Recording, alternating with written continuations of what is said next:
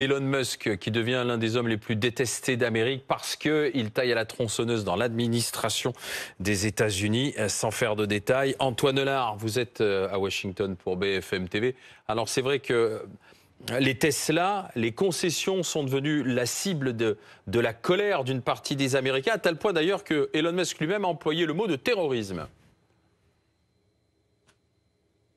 Oui, exactement. En fait, ça fait plusieurs semaines maintenant que des concessions Tesla sont prises pour cible un peu partout aux États-Unis. Le dernier épisode en date, c'était en début de semaine du côté de Las Vegas. Plusieurs véhicules ont été incendiés et visés par des tirs. Les casseurs ont également écrit, peint en lettres majuscules le mot résistance sur la porte du commerce. Et face à ces actes de vandalisme, eh bien, c'est l'administration Trump qui monte au créneau. La ministre de la Justice estime que ces actes de vandalisme sont des actes de terrorisme intérieur et elle promet de très lourdes sanctions contre les auteurs. Elon Musk et Donald Trump, eux aussi, reprennent cette idée d'acte de terrorisme. Le président américain va même encore plus loin. Il indique sans la moindre preuve que les casseurs sont payés par la gauche, par des personnalités de premier plan, dit-il. Alors précisons tout de même que des enquêtes sont en cours et qu'à ce stade, rien ne permet d'étayer ces accusations, mais on voit en tout cas que l'administration américaine ne ménage pas ses efforts pour soutenir Elon Musk, qui serait victime d'une cabale menée par les électeurs démocrates. La semaine dernière, on se souvient aussi que Donald Trump n'a pas hésité à transformer la Maison-Blanche en concession Tesla temporaire pour faire de la pub à son ami Elon, alors que les cours de bourse étaient en train de s'effondrer. Antoine Lard, à Washington pour BFM TV. Julien Bonnet, vous êtes journaliste automobile à BFM Business. Bonsoir. Bonsoir. Ça se vend plus, la Tesla ? Non, c'est dur à dire là tout de suite comme ça parce qu'en fait, il y a un contexte de marché qui est assez important où Tesla est en train de renouveler son best-seller, le SUV Model Y, la Tesla qu'on voit le plus en France y compris. Et donc, comme tous les produits dans l'automobile, mais aussi dans l'électronique grand public, on a du mal à acheter la voiture avant que la nouvelle arrive. Et là, ils sont en train de démarrer les livraisons. Donc finalement, ça sera plutôt début de mois prochain qu'on aura l'effet constaté. De là, ils ont commencé en mars à livrer le nouveau Model Y. Mais les versions haut de gamme. Il n'y a pas de problème de fourniture, parce que je disais qu'ils avaient du mal quand même à fournir face à la demande. Après ça, j'ai envie de dire, c'est la grande histoire de Tesla et des constructeurs automobiles en général quand ils lancent un nouveau modèle. C'est trop tôt pour dire qu'il y a une conséquence sur les ventes de l'action politique d'Elon Musk. Je resterai plutôt prudent sur cette analyse parce qu'en effet, il y a une forte baisse des ventes. Si on la constate sur les principaux marchés européens, on est à moins 45% en gros. Le marché automobile européen va mal. Mais moi, j'ai entendu des témoignages de propriétaires de Tesla qui ont du mal à vendre leur Tesla. Oui, alors moi je pensais du mal aussi à vivre le fait de posséder une marque où le patron s'expose autant avec des propos qu'on pourrait dire de parfois choquants. Ces gestes bien sûr assimilés à l'extrême droite, pour être clair, le salut nazi. Et donc moi ce que j'ai vu apparaître plutôt en France, c'est le petit sticker sur les Tesla. J'ai acheté cette Tesla avant qu'elle devienne fou. C'est pourtant une bonne voiture. Factuellement, ça reste la meilleure voiture électrique. En fait, pour rappeler, c'est la meilleure voiture électrique. C'est la meilleure en fait en termes de vente, parce que le Model Y, c'est simple, c'est la voiture la plus vendue dans le monde, toute motorisation confondue. C'est pas que sur les voitures électriques. En 2023, en 2024, on est près de 3,4 millions de voitures. Ça commence, en fait, c'est plutôt bien positionné aussi en termes de prix, c'est-à-dire que ça commence autour de 44 000 € de mémoire. Sachant que le marché électrique, les voitures sont chères, faut le savoir. Sont très chères et c'est un SUV quand même, on va dire, de grande taille. Donc encore une fois, c'est par rapport aux concurrents et le petit plus de Tesla dans le contexte actuel, c'est que comme le Model Y est produit à l'usine de Berlin en Allemagne, elle peut continuer à bénéficier du bonus écologique. Donc il a fortement baissé en début d'année, donc ça explique aussi la baisse des ventes de voitures électriques au global et celles produites en Europe. Mais voilà, c'est quand même un véhicule made in Europe. Dans tous les cas, les réseaux sociaux regorgent de vidéos de mécontents contre Elon Musk, avec des slogans qui ne sont pas toujours très fins, d'ailleurs, faisant référence parfois à 1939. Donc il y a des vidéos, il y a des tags, on se moque de Tesla, on critique, on tourne même des clips que l'on met sur Instagram et qui font des centaines de milliers de vues. Regardez, vous voyez, n'achetez pas une Tesla avec la silhouette d'Elon Musk et de ce fameux salut pseudo-nazi ou nazi. Et puis il y a des fausses pubs que l'on a pu voir aussi, notamment du côté de la capitale britannique. À Londres, regardez, ça va jusqu'à 1939 en 3 secondes. Allusion à la Volkswagen qu'on voyait avec Adolf Hitler qui en sortait dans les années 30. Est-ce que ça le touche, vous qui avez travaillé sur le personnage Elon Musk, Olivier Lascar, est-ce que ça le touche, selon vous, ce qui se passe, ce bad buzz sur ce qui a fait sa réussite, c'est-à-dire la voiture Tesla? On l'a vu il y a quelques jours dans une interview télé à la télé américaine, où il y avait un vrai signe d'émotion qui commençait à transparaître. Hein. L'œil commençait à être un petit peu mouillé.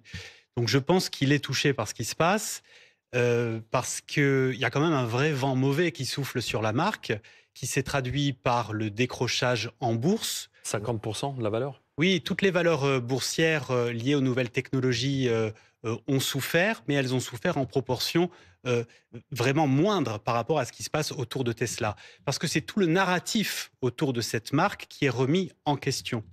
Il faut d'abord bien voir que l'homme le plus riche du monde ne l'est pas parce qu'il a, comme l'oncle Picsou, un coffre-fort rempli de pièces et de billets. Il l'est en raison de la valorisation boursière de Tesla. Donc c'est un argent qui est quelque part assez virtuel. Il a 12% de Tesla, ce qui se monte à peu près à 100 milliards. Oui, c'est ça. Donc et puis combien 42% de SpaceX. Et ça fait à peu près 147 milliards de dollars. Oui, et la somme de ces encore compagnies... une fois, c'est une fortune professionnelle, hein, voilà. Boursière. Donc elle est extrêmement fluctuante et aujourd'hui, évidemment, elle souffre de cette situation. Le problème au niveau du récit, c'est que si cette société est tellement valorisée en bourse, c'est que les investisseurs ont dit « j'achète » par rapport au projet d'Elon Musk, qui était de construire une voiture qui faisait rêver, maintenant on dit disruptive, quelque chose d'extrêmement innovant, faire en sorte que la voiture électrique... D'abord, il y avait tout un projet autour de la voiture électrique qui, par essence, a une étiquette écolo qui lui colle à la peau. Ce n'est pas l'étiquette qui colle à la peau de Donald Trump. Non, alors justement, et ce qui se passe en ce moment, c'est qu'il y a un basculement. Oui. Les gens qui achetaient du Tesla parce qu'ils voulaient s'acheter quelque part une bonne conscience écolo se retrouvent à être le propriétaire d'une voiture du compagnon de Trump qui est quand même le négationniste du réchauffement climatique, hein, fait prouvé par la science, il faut le répéter, c'est pas une opinion. Le réchauffement climatique, c'est un fait. Donc évidemment, une situation comme celle-là, c'est extrêmement désagréable à vivre. Donc les investisseurs... En même temps, pardon, mais il n'arrange pas sa situation parce qu'on a vu Donald Trump se mettre en scène et en expliquant qu'il allait acheter une Tesla. On a vu le gouvernement israélien et Benjamin Netanyahou lui-même dire qu'il allait s'équiper en Tesla. Je ne suis pas sûr que ça va redorer le blason d'Elon Musk. Non, là, c'est une course... moi, mon sentiment, c'est que il a parié gros sur le soutien qu'il a fait auprès de Trump parce qu'il estimait que ça allait être un accélérateur à ses activités industrielles. Et il est obsédé par Mars. Il est obsédé par SpaceX. Effectivement, ça marche puisqu'on voit que Donald Trump dit « Banco, j'achète le projet martien ». Mais à côté de ça, la vache à lait d'Elon Musk, qui est Tesla, souffre énormément. Et on commence à entendre des voix d'investisseurs. Il y a un investisseur historique qui a dit il va falloir qu'Elon Musk choisisse entre sa place dans l'administration Trump et son rôle de PDG d'entreprise. Pour un homme qui ne veut choisir rien, ça va être extrêmement difficile. Il ne sera pas obligé de choisir à un moment donné, d'arrêter la politique et de revenir aux affaires? Moi, je pense que ce projet politique, ça va tourner court. Ça va tourner court parce que, de toute façon...